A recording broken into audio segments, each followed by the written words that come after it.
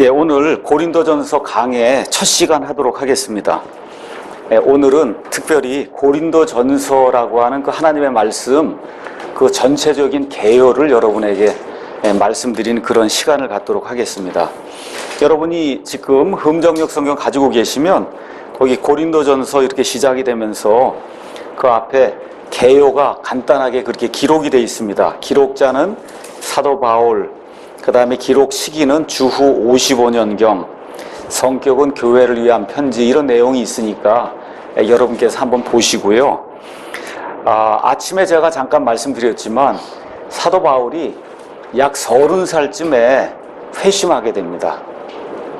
근데 사도 바울이 보통 AD 1년경에 출생한 것으로 사람들이 이제 그렇게 보고 있습니다. 그러니까 사도 바울이 AD 30년경에 회심했다 이렇게 보시면 되고, 30년경에 회심한 이후에 10년 동안 무명으로 지내다가 그러다가 안디옥에 있던 바나바가 안디옥 교회가 커지게 되니까 안디옥 교회를 이끌 수 있는 그런 사람으로 가만 보니까 바울이라고 하는 사람이 가장 적합하겠다 해서 이 안디옥에서 다소라고 하는 데를 가서, 그래서 이 바울을 데려다가 안디옥에 이제 말씀 선포하고 말씀을 가르치는 교사로 이제 데려오게 됩니다.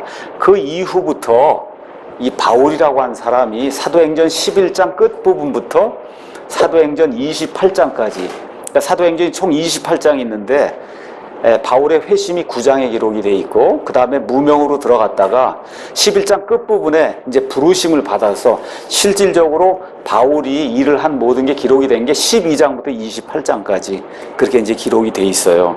근데 여기 가서 보니까 고린도 전서 나오면서 기록 시기가 주후 55년경, 그러니까 제 나이쯤 됐을 때, 바울이 제 나이쯤 됐을 때, 그러니까 30살쯤에 회심하고 25년쯤 되었을 때 지금 고린도 전서라고 하는 하나님의 말씀을 이제 기록하게 된 겁니다. 수신자는 뭐 여러분이 아시는 것처럼 1차적으로는 고린도 교회 성도들 다 아는 내용이고요.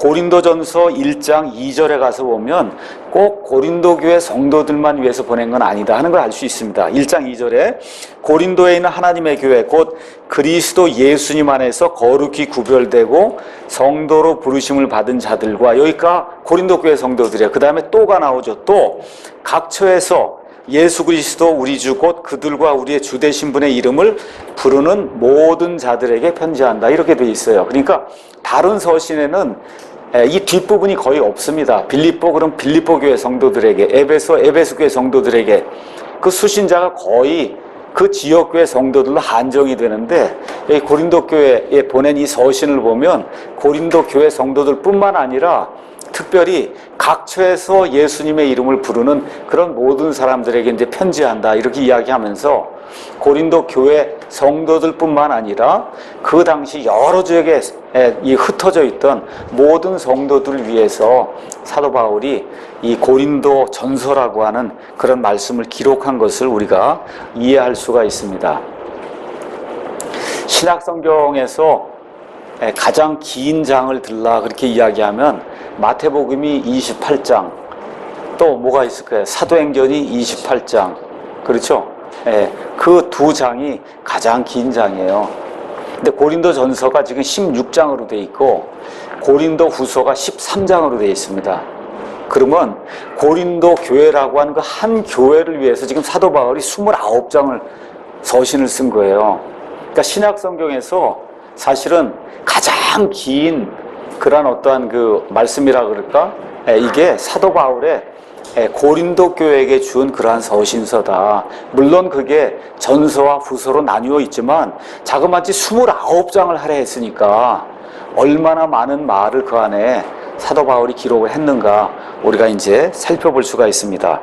자, 그러면 여기 가서 보니까 고린도 사람들에게 보내는 사도 바울의 첫째 서신, 이게 원래 제목입니다.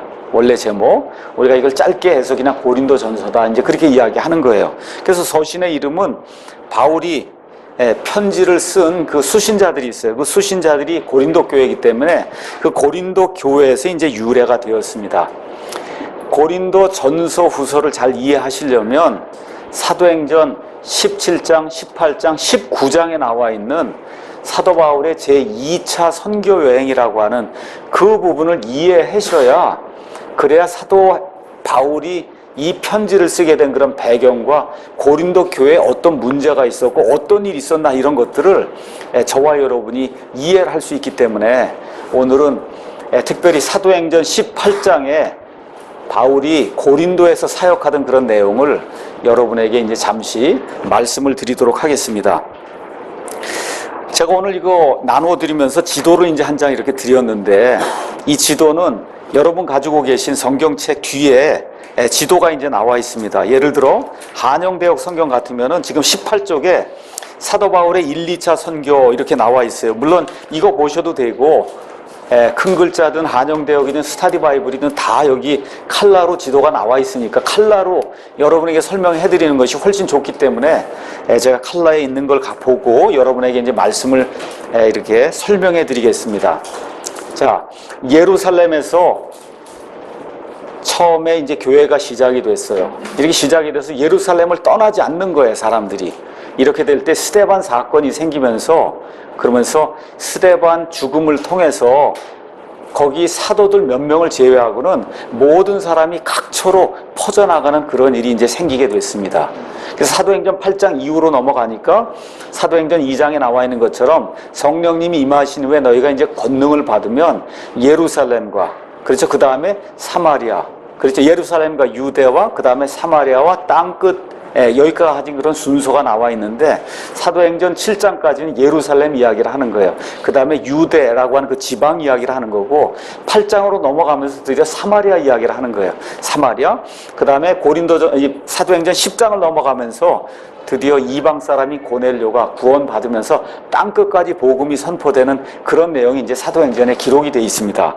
자, 이러는 가운데 이렇게 흩어져 나간 사람들의 일부가 어디에 가게 됐냐면, 이 지도를 한번 가서 보시면 안디옥이라고 하는 데가 있습니다. 이 지도에 이 파란색으로 되어 있는 부분이 지중해예요. 지중해에서 이쪽으로 올라가서 이쪽에 가서 보시면 시리아라고 하는 나라가 있습니다. 지금도 있는 그 시리아가 똑같은 시리아예요. 그 시리아에 안디옥이라고 하는 그런 도시가 있습니다. 그 당시 사도 바울이 살던 그 시대에는 이 세상에 여러 도시들이 많이 있었는데 그 중에 가장 큰 도시가 로마예요. 로마. 그 다음에 둘째로 큰 도시가 이 이집트에 가면 알렉산드리아라고 하는 그런 데가 있습니다. 알렉산드리아. 지금 여기 지도에는 보이지 않고, 지도에는 어디쯤이나 하면 1차, 2차라고 쓴 데 있죠. 왼쪽 밑에. 거기 있는 데가 알렉산드리아라고 하는 세상에서 두 번째로 큰 그런 도시가 있고, 세상에서 세 번째 큰 도시가 지금 나온 안디옥이에요. 안디옥? 안디옥이라고 하는 그런 도시가 동쪽과 서쪽을 연결하는 그 무역로의 이 중심에 딱 놓이게 되면서, 그 당시에 소위 우리가 실크로드라고 하는 비단길이라고 하는 이런 것들이 있어서 동서양 이렇게 무역을 하면서 거치는 지역이 안디옥입니다. 그래서 안디옥이 세계에서 셋째로 큰 그 도시고, 그 다음으로 큰 도시를 들라 그러면 아마 에베소를 들 수 있을 거예요. 에베소는 안디옥에서 왼쪽으로 쭉 이렇게 올라가서 보시면 아시아라고 하는 데가 나와요. 아시아가 소아시아를 이야기하는, 지금의 터키를 얘기하는 거예요. 거기에 에베소라고 하는 데가 있습니다. 다 지금 폐허가 되고 없습니다. 에베소가 아마 한 넷째 정도 되는 그런 도시가 될 거고, 그 다음에 큰 도시가 그 옆으로 가서 보시면 아가야라고 저 끝에 그리스가 있어요. 거기에 고린도, 그 다음에 아테네가 아마 다섯째, 여섯째 정도 되는 그런 도시가 될 거고, 그 다음에 저 위에 가면 데살로니카가 있고, 그 옆에 빌립보라고 하는 도시가 있어요. 이런 도시들이 그 당시 소아시아와 그 다음에 그리스, 로마 이런 데를 통해서 가장 큰 도시, 10째 안에 드는 그런 도시들이다. 이렇게 이제 여러분이 이해를 하시면 됩니다. 자, 그래서 사람들이 안디옥에 가서 말씀을 전하니까 안디옥에 교인들이 많이 생기면서 처음으로 안디옥에서 예수님 믿는 사람들을 그리스도인이라 부르는 그런 일이 생긴 거예요. 그 일을 누가 했느냐? 바나바와 바울이 하게 된 겁니다. 그래서 교회가 흥황하게 됐어요. 이렇게 되니까 바나바와 바울을 시켜서 따로 일을 하기 위해서 성령님께서 이 둘을 따로 구분을 해라. 그래서 이 두 사람이 따로 구분이 됐어요. 그래서 어떤 일이 생겼냐면 성경에서 처음으로 외국으로 선교 여행을 가는 그런 일이 사도행전 13장에 이제 생기기 시작합니다.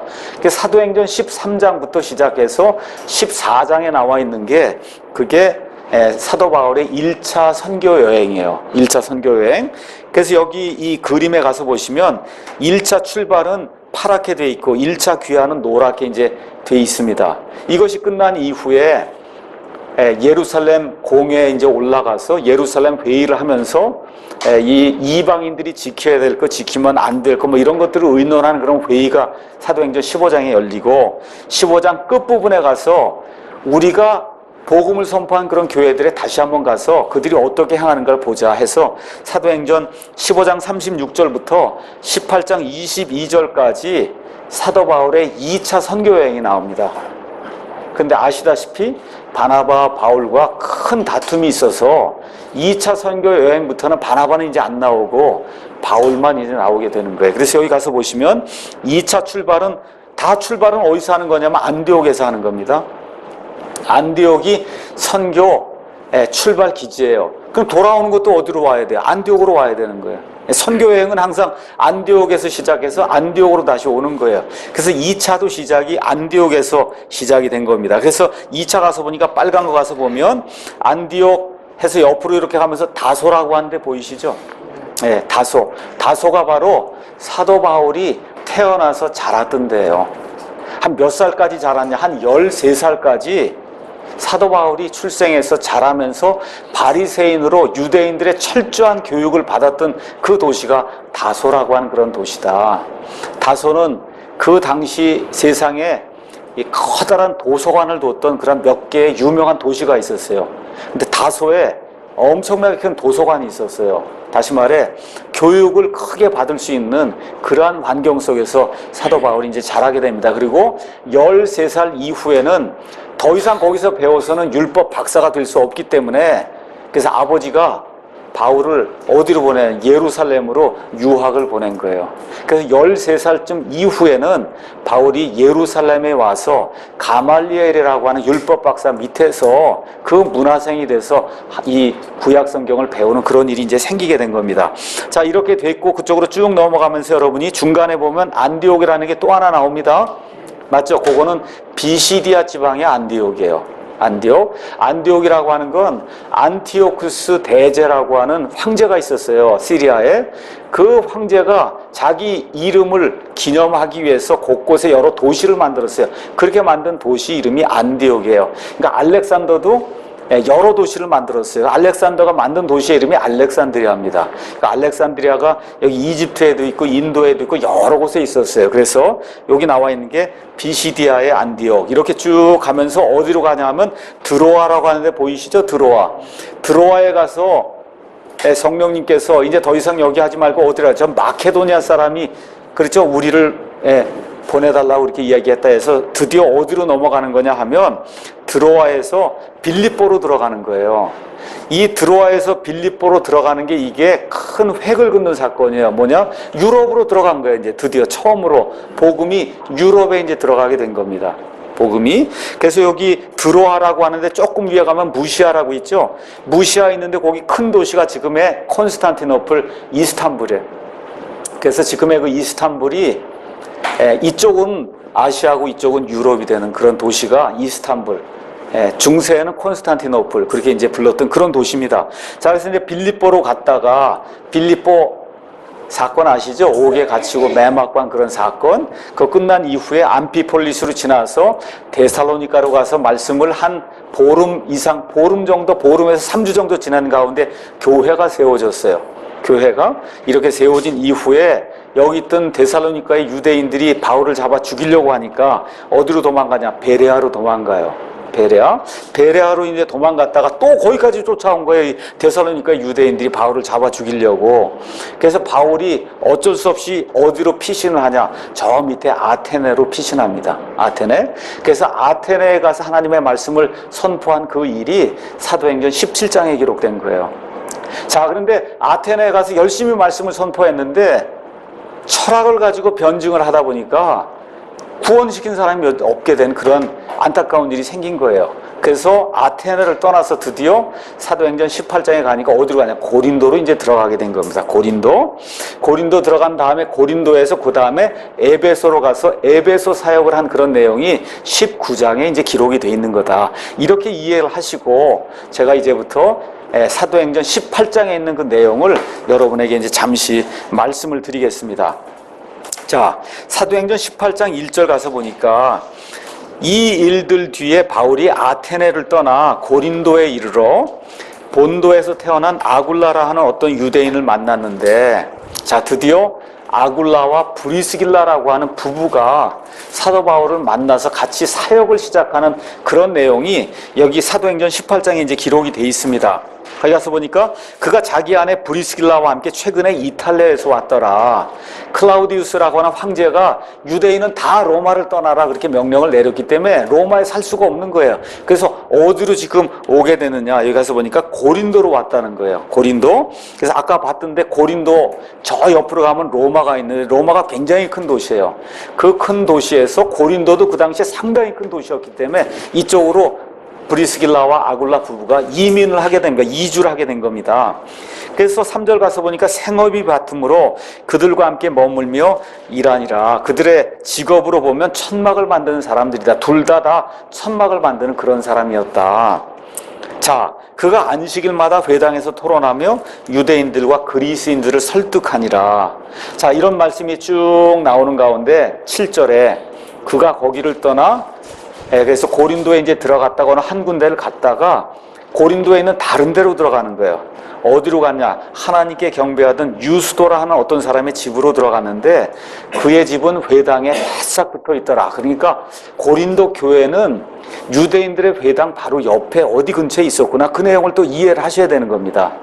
왜냐하면 고린도 전서에는 유대인들과 상관된 그런 얘기들이 많이 나와요. 왜 그러냐? 이 고린도 교회 자체가 바로 유대인들의 회당 바로 옆에 있어요. 거기 가서 보니까 8절 회당의 우두머리 치리자 그리스보가 자기의 온 집과 함께 주님을 믿었다는 거예요. 바울이 복음을 선포했더니 유대인들의 회당장이 이 복음이 맞는구나 하고 구약의 모든 걸 다 버리고 그리고 예수님을 주님으로 맞는 그와 같은 일이 생긴 거예요. 고린도 교회에. 그러니까 유대인들 가운데 얼마나 큰 소요가 일어났겠어요. 그렇지 않습니까? 고린도에 지금 회당 해갖고 유대인들이 모이는데 거기 회당장이 말 그대로 개종을 한 거 아닙니까? 이런 놀라운 일이 이제 생기게 된 겁니다. 자, 이렇게 하고 있는 가운데 하나님께서 바울에게 나타나서 두려워하지 마라.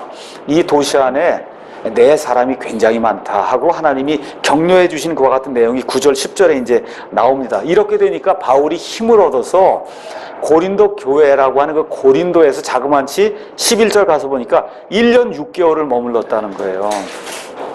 뭐 데살로니가 뭐 빌립보 이런 데는 며칠 안 머물렀어요. 그런데 하나님께서 내가 너와 함께 한다. 이 도시에 내 백성이 많다. 이렇게 얘기해 주니까 바울이 격려를 받고 그래갖고서는 자그마치 1년 6개월을 바울이 선교 여행을 보통은 돌아다녀야 되는데 고린도에서는 1년 6개월을 함께 한 겁니다. 그러면서 세운 교회가 고린도 교회예요. 그러니까 어느 면에서는 고린도 교회의 첫 목회자가 사도 바울이다. 그렇게 이야기를 해도 무리가 아니에요. 1년 반을 같이 있었으니까 그들에게 여러 가지 하나님의 모든 것들을 다 가르쳐 주지 않았겠어요. 우리가 그렇게 이제 이해할 수가 있습니다. 자, 이러는 가운데 소요 사태가 이제 일어나게 됩니다. 소요 사태가. 그래서 유대인들이 한 마음이 돼서 바울을 대적하여 폭동을 일으키고 그를 재판석으로 데리고 가는 그런 일들이 이제 생기는 가운데 이 총독이 너희들 말 듣기 싫다. 유대인들에 관한 건 내가 그런 거 재판하겠냐. 이렇게 이야기하면서 이들 다 재판석에서 내쫓아요. 이러면서 17장에 가서 보면 이에 모든 그리스 사람들이 회당의 우두머리 치리자 소수대네를 붙잡아 재판석 앞에서 때렸다. 그러니까 원래 회당장이 누구예요? 그리스보였어요. 그리스보가 예수님을 믿게 되니까 둘째 회당장이 나온 거, 이 사람이 누구냐? 소수대네예요. 이 소수대네가 고린도전서 1장 1절 가서 보면 2장 2절에 바울과 우리 형제 소수대네는 하고 나오는 그 소수대네예요. 그러니까 여기 나와 있는 소수대는 아직 구원받지 못했어요. 그런데 이때로부터 고린도 전서를 기록할 그 어느 시점에 이 둘째 회당장 소수대네도 복음을 듣고 구원받은 거예요. 이런 일이 지금 고린도 교회에 막 생기기 시작하는 그런 내용이 이 안에 기록이 되어 있습니다. 자, 이렇게 된 이후에 1년 반을 있다가 바울이 이제는 내가 다시 돌아가야 되겠다 해서 어디로 가냐? 아까 얘기한 대로 배 타고 어디로 가요? 에베소로 갔단 말이에요. 에베소로 갔더니 브리스길라와 아굴라도 나도 그럼 당신하고 같이 가겠다. 예, 이렇게 돼서 브리스길라와 아굴라가 고린도에서 또다시 큰 도시 에베소로 이주하는 그런 내용이 그 안에 이제 기록이 되어 있습니다. 이러면서 24절에 가서 보니까 거기에 알렉산드리아에서 태어난, 알렉산드리아는 이집트 알렉산드리아를 이야기하는 겁니다. 이집트 알렉산드리아에는 유대인들이 굉장히 많이 살았어요. 유대인들이. 그래서 그 유대인들 가운데 여기 아볼로라고, 아볼로는 이름이 어려운 게 아니에요. 영어로는 아폴로입니다. 아폴로 16호 뭐 이런 게 얘기할 때 아폴로예요. 어팔로 이렇게 돼 있는 거예요. 이 아폴로란 어떤 유대인이 에베소에 이르렀는데 그는 말을 잘했다는 거예요. 성경 기록이 아주 능통한, 그러니까 보통 우리가 얘기할 때 바울은 좀 말에 이렇게 능숙하지 못한데 이 아볼로라고 하는 사람 말에 아주 능배운 거예요. 예, 성경 기록이 아주 능통해요. 이 성경 기록은 구약 성경을 이야기하는 거예요. 구약 성경을 아직 신약 성경이 완성이 안 돼 있으니까. 그러니까 이 사람이 전에 주의 길 안에서 가르침을 받아 영이 뜨거움으로 주에 관한 것들을 부지런히 말하고 가르치나 요한의 침례만 알더라. 이게 무슨 얘기예요? 이미 예수님이 오셔서 예수님이 십자가에 죽으셨는데 이 사람은 마치 살기는 지금 신약시대에 살고 있는데 구원은 구약시대 방식으로 구원을 받은 거예요. 아직 예수님에 대해서 정확히 알지 못하는 무지 속에 있는 거예요. 구약 속의 그 것들을 가르치는 그런 일들을 하고 있었단 말이에요. 그래서 26절 그가 회당에서 담대히 말하기 시작하거늘 누가 가냐? 아굴라와 브리스길라가 그의 말을 듣고 그를 데리고 와서 그에게 하나님의 길을 더욱 완전하게 설명해 주니라. 그게 무슨 얘기지? 구약이 끝나고 예수님이 오셔서 예수님이 십자가에서 죽으시고 묻히시고 부활하셨다. 그 하나님의 길을 온전히 가르쳐 주니까 이제 드디어 신약시대 그리스도인이 된 거예요. 이 아굴라라고 한 사람, 아볼로가. 이렇게 됐을 때 에베소에 있다가 이 아볼로라고 하는 사람이 나는 아가야로 가야 되겠다. 아가야가 뭐냐 하면 고린도가 있는 도시가 아가야예요. 그러니까 그리스가 있으면 그리스는 양분해서 북쪽은 마케도니아, 지금도 마케도니아 아시죠? 아래쪽은 아가야라고 불렀어요. 영어로는 아카야 이렇게 되어 있습니다. 그래서 북쪽의 마케도니아의 가장 큰 도시는 데살로니가. 그 데살로니가 저 위로 올라가면 빌립보, 이 두 개가 가장 큰 도시고 이 남쪽은 지방이 아가야 지방이, 아가야 지방에서 가장 큰 도시는 고린도, 그 다음에 아테네, 이 도시에. 그러니까 이 에베소에서 지금 확실하게 구원을 받은 이 아볼로라고 하는 사람이 나는 이제 에베소에 더 있고 싶지 않고 고린도로 가고 싶다. 그래서 여기 있는 형제들이 편지를 써준 거예요.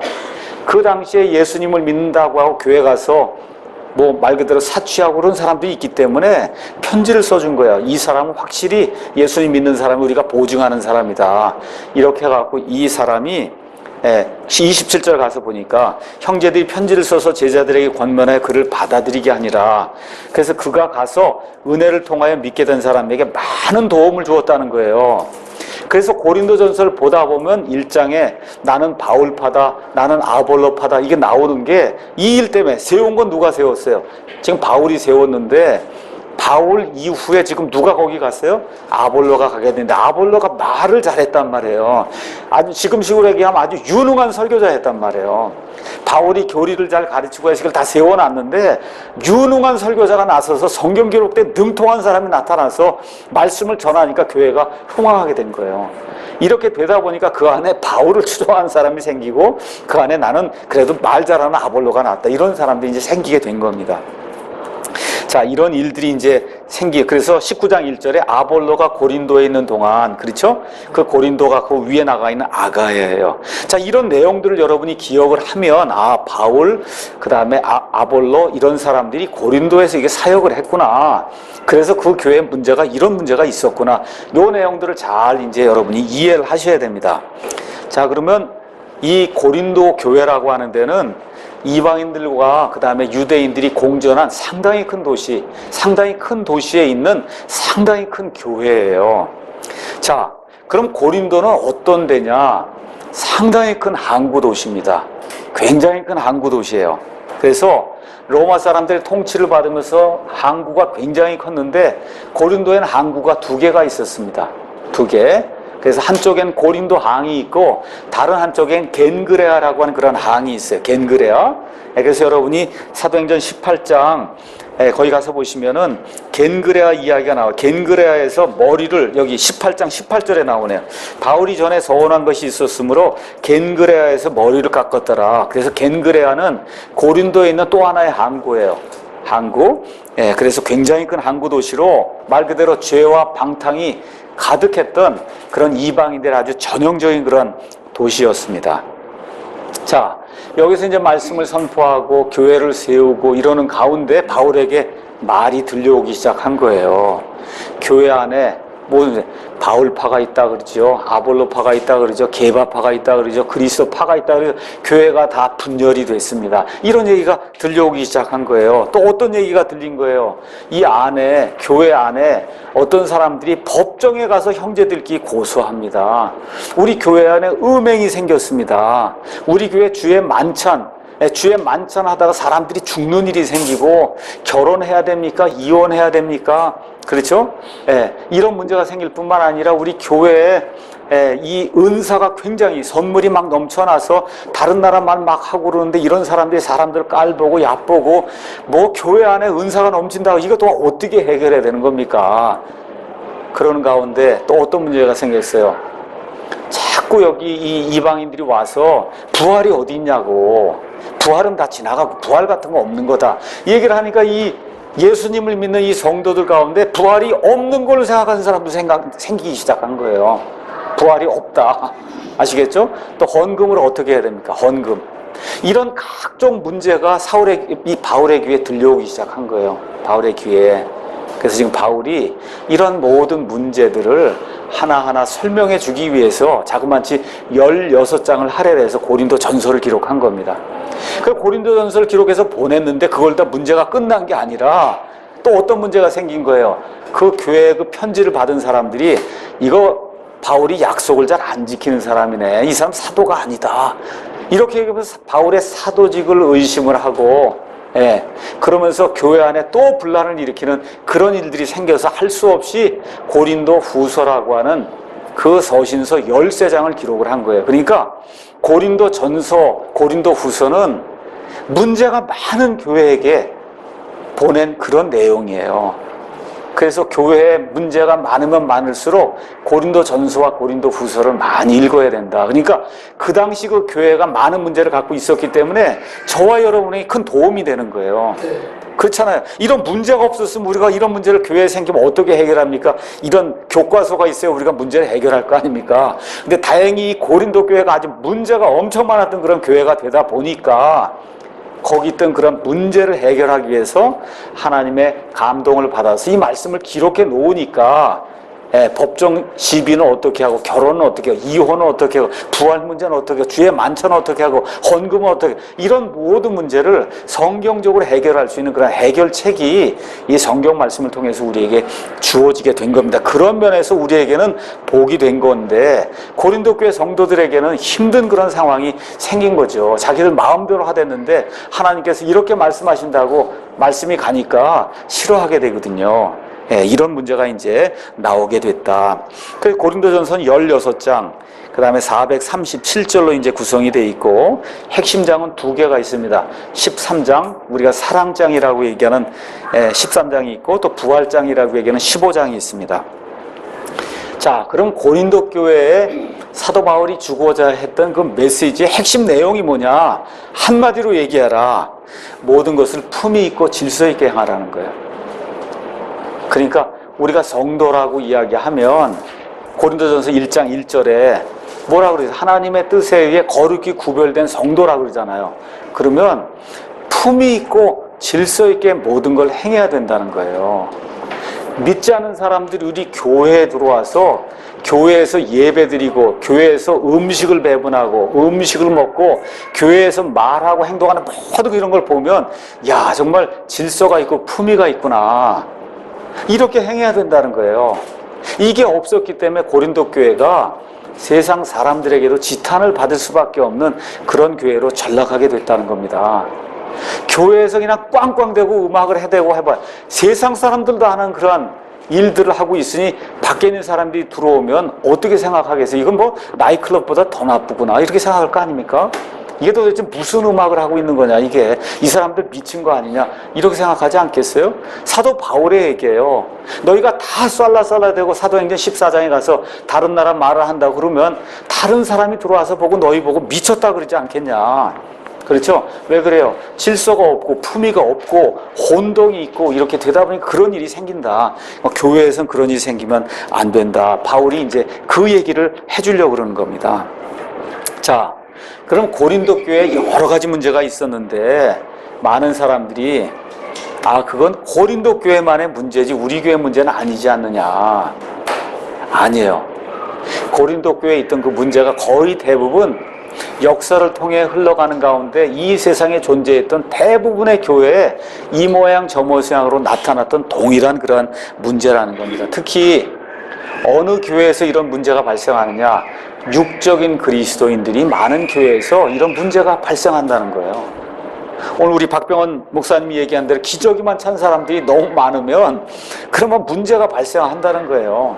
고린도전서 3장에 바울이 분명하게 그렇게 이야기합니다. 뭐라고 이야기하느냐, 이렇게 얘기해. 형제들아, 내가 영에 속한 자에게 말하는 것 같이 너희에게 할 수 없어. 너희가 무슨 뭐 대언의 은사가 있다 그러고 영 분별하는 은사가 있다 그러고 뭐 다른 나라 말을 한다 그러고 뭐 여러 가지 다 얘기하는데 내가 한마디로 너희 상태를 얘기해 주마.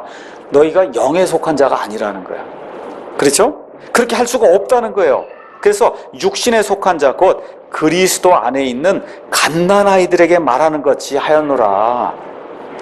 그러니까 육신적인 그리스도인들이 많은 교회는 동일한 문제가 발생한다는 거야. 동일한 문제. 목사의 간음 문제, 목사의 재정 횡령 문제, 그렇죠? 성도들끼리 법정에 고소하는 문제, 쌀라쌀라대고 그냥 뒤로 넘어지고 하는 그런 오순절 은사운동의 문제, 그렇죠?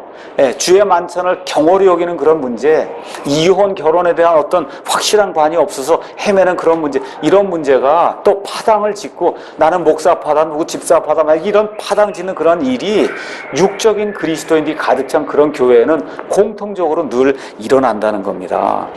자, 문제가 뭐가 있어요? 교회 안의 문제면 교회 안에만 이게 남아있어야 되는데 고린도 교회 문제는 밖으로 흘러나간 거예요. 옆에 있는 사람들이 봐도 저 고린도 교회 큰 문제구나. 우리하고 똑같아요. 지금 세상이 교회를 염려하잖아 지금. 그렇지 않습니까? 교회 좀 잘해야지 되지 않겠냐. 지금 그런 시대 아니야. 지금 저희가 사는 그 시대가. 교회가 세상을 염려하는 게 아니라 세상에 있는 사람들이 야 니들 교회 도대체 뭐 하는 거냐. 그런 고린도 교회가 그런 상태였단 말이에요. 막 치고받고 싸우니까 밖에 있는 사람도 다 알게 된 거예요. 고린도 교회에 문제가 있대, 문제가 많대, 다 알게 된 겁니다. 자, 어떤 일들이 생겼냐. 여러분과 제가 이 고린도 전서니 데살로니가 전서니 이런 거 읽으실 때 꼭 기억해야 될 거는 그게 보통 도시들이 아니에요. 그게 여러분이 그리스 로마 신화 읽으면 그 안에 각종 잡신들이 많이 나오잖아요. 그 신들을 섬기는 그 사당 신전이 가는 데마다 널려있던 그런 도시예요. 그러니까 가는 데마다 그게 있는 거예요. 또 가는 데마다 그런 신전이 있으면 거기에 창녀들이 있어서 그래서 가서 뭐 짐승 희생 드리고는 창녀들과 함께 음행을 벌이는 그 일이 너무나 당연한 일인가. 너무나 당연. 여자들도 그건 다 이해해야 되는 거고 남자들에게서 너무 당연한 그런 것이 그냥 완전히 만연이 돼 있는 그런 사회다. 고린도는 말할 것도 없어요. 항구 도시이기 때문에 뱃사람들이 왔다 갔다 하고 음행이 넘치고 신전에 가면 창녀들이 넘치고 이러한 일들이 이렇게 있다 보니까 예수님을 믿는 사람들조차도 어떻게 해요? 거룩한 게 뭔지 구분되는 게 뭔지 이걸 알지 못하니까 어떻게 돼요? 구원은 받았어도 하던 행위는 옛날에 하던 게 다 나오는 거예요. 교회 안에서. 간음하는 거, 음행하는 거, 우상 숭배하는 거 이런 거 하던 그런 일들이 구원은 받았음에도 불구하고 정화가 안 되니까 과거에 믿지 않던 그 시절에 하던 그런 일들이 그대로 나오게 된 거. 이게 고린도 교회의 가장 큰 문제가 된 거다. 그러니까 우리 사랑침례교에서 늘 강조하는 게 구원이 가장 중요한 거 맞습니다. 근데 구원받은 이후에 성화가 돼야 된다. 성화가 돼야 된다. 그걸 제가 그렇게 늘 말씀을 드리는 겁니다. 자, 그래서 고린도 교회 문제들의 가장 큰 원인은 도시의 문제들이 교회 안에 그대로 들어왔다는 거예요. 또 다른 말씀을 드리면 교회는 세상과 구분이 돼야 되는데 오히려 세상을 앞질러가는 그런 교회가 됐다는 거예요. 문화, 음악에 하고 다니는 모든 옷차림 이런 걸 보면 오히려 교회 다닌 사람이 더 세상적이고 더 타락한 그런 모습을 보이게 됐다는 거지. 이게 가장 큰 문제다. 요즘 사람들이 하는 말이 예수님은 좋은데 난 교회는 싫습니다. 너무나 많은 사람들이 이렇게 얘기하거든요. 책도 있어요, 그 제목이. 예. 그러면서 어떤 사람들이 많이 나오냐, 가나안 신자가 많이 나와요. 가나안은 안 나가라는 거예요. 이게 안 나가. 예, 가나안은 안 나가를 거꾸로 한 게 가나안입니다. 가나안 신자가 많다는 거예요. 가나안 신자. 이건 제 말이 아니라 네이버 가서 한번 가나안 신자 한번 쳐보세요.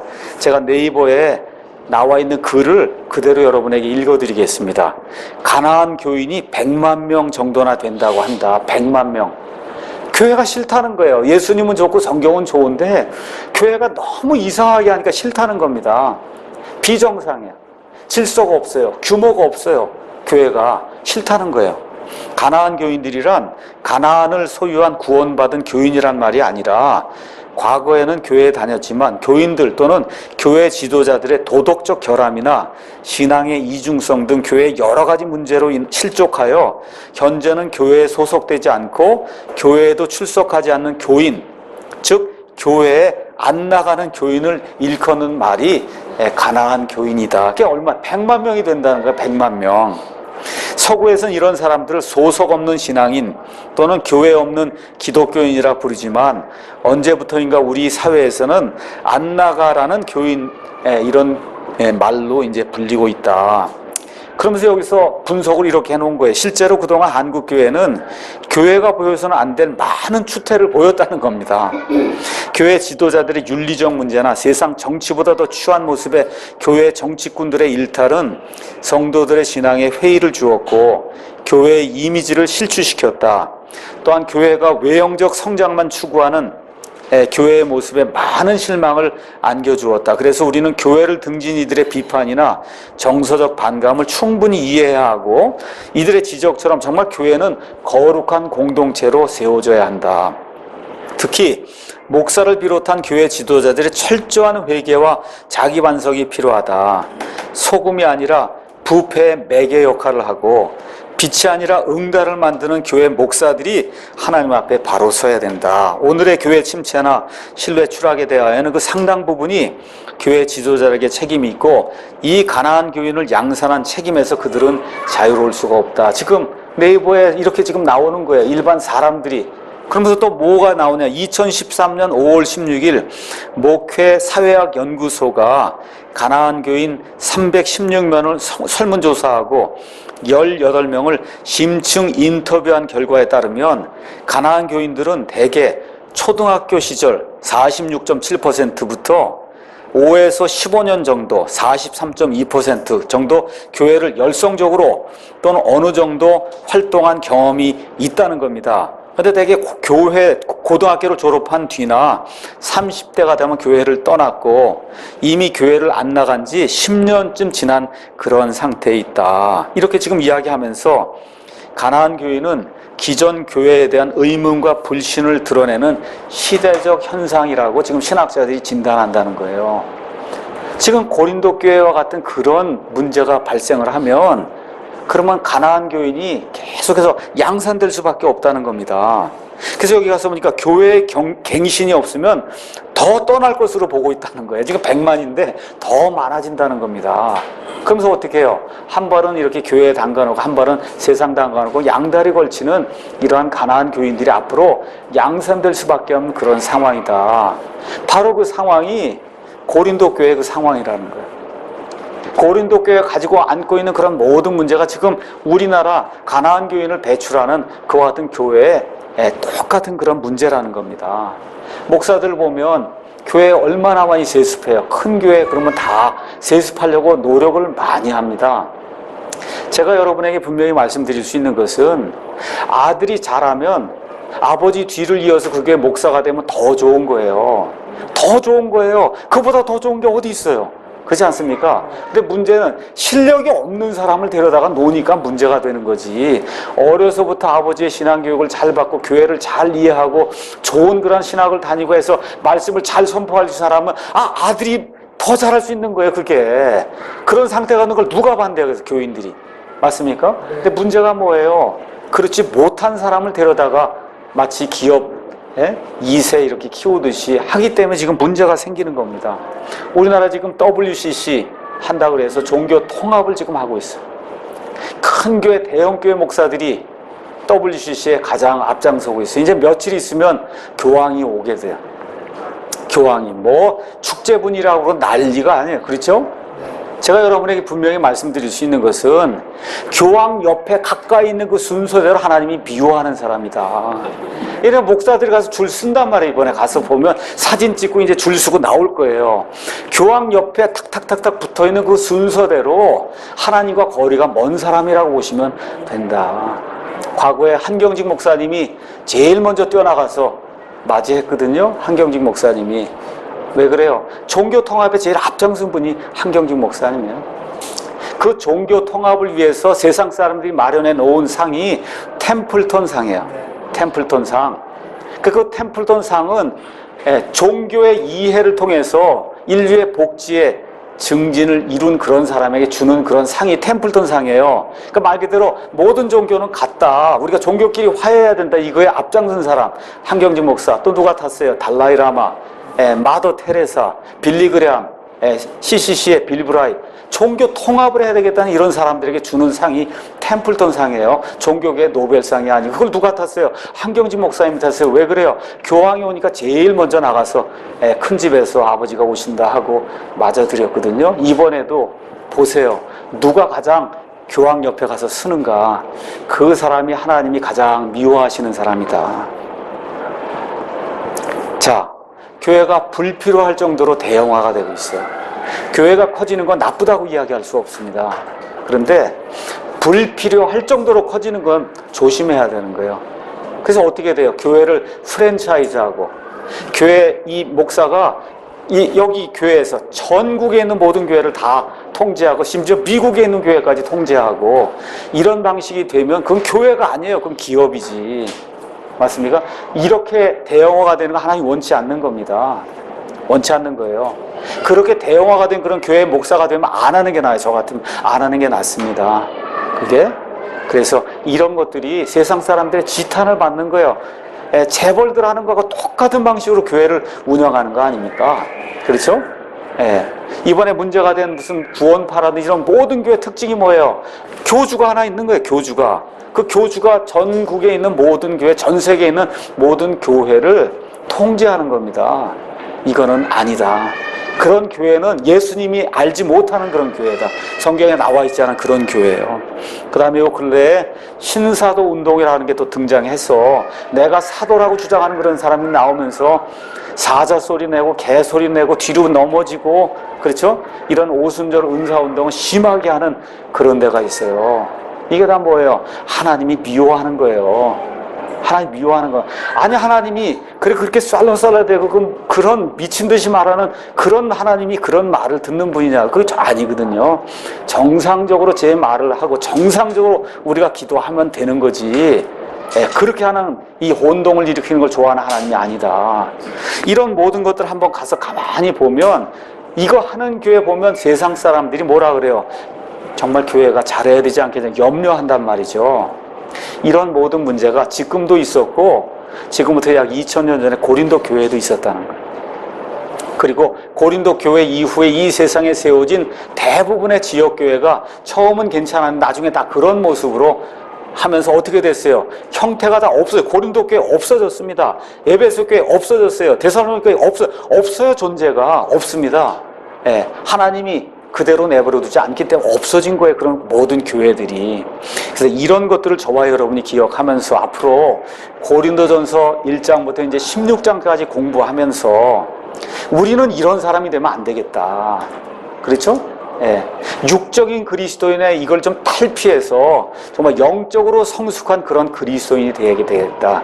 이런 것들에 이렇게 초점을 맞추면서 고린도전서 또 고린도후서를 공부하면 말씀을 전하는 자나 말씀을 듣는 모든 사람들에게 유익이 되는 그런 시간이 될 걸로 믿습니다. 여기까지 하고 마치겠습니다.